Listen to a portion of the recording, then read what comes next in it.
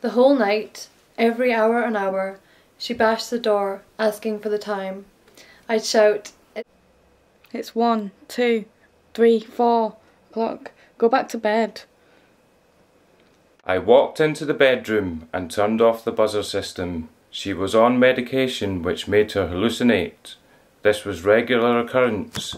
She said there's children in the bathroom and they're making so much noise.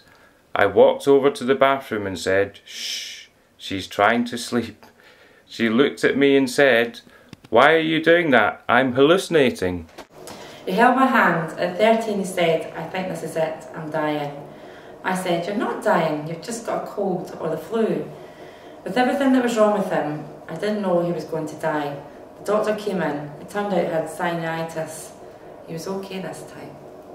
I knelt down next to him. He was partially sighted and quite deaf. I said, "What would you like for your tea?" "There's fish fingers or pie."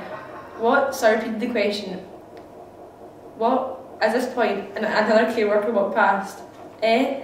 He shouted to her, "Can you do this because she's fucking useless?" As she lay cradled in my arms. Just get the doctor. Don't be cruel. Get the injection. Half falling off the bed, she "You won't die in my shift." pointed at my left breast and said, "Aye hen, that one, it's a dirty bastard."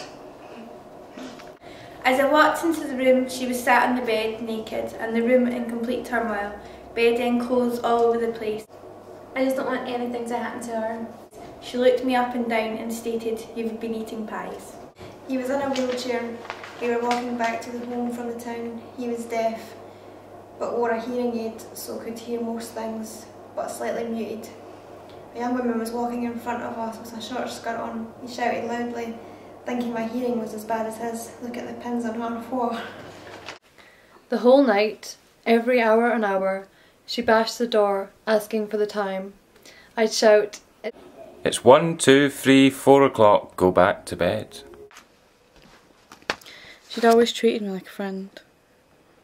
The other people in the children's home had finally found. She'd always treated me as a friend. The other people in the children's home. There's children in the bathroom and they're making so much noise. So, both staff and children. "Shh, she's trying to sleep." Were happy she found "Why are you doing that? I'm hallucinating." a worker to talk to and connect with. "I think this is it, I'm dying." "You're not dying, you just got a cold or the flu." As I walked in the room, she looked at me. She looked at my stomach. Still in the early stages of pregnancy, she realised, as a realisation grew on her face. What would you like for tea? There's fish fingers in your pie. She looked devastated. She walked off and she never spoke to me again. "Can you do this because she's fucking useless?" "Just get the doctor. Don't be so cruel. Get the injection." I held his hand and he looked depressed. I couldn't help him. "You won't die in my shift." Seemed like lame reassurance. "And that one, it's a dirty bastard." What else could I do? There were no doctor, no injection, nothing except lame reassurance. As any mother would, she seemed frightened and scared. I just don't want anything to happen to her. "You've been eating pies?" The whole night, every hour and hour, she bashed the door, asking for the time. I'd shout, "It's 1, 2, 3, 4 o'clock. Go back to bed." We got up at 6 a.m. When I took her downstairs, she said she wanted to go out. I didn't know the area, so I told her I didn't think it was a good idea. "Look at the pins on her. Whoa." The whole night, every hour and hour, she bashed the door, asking for the time.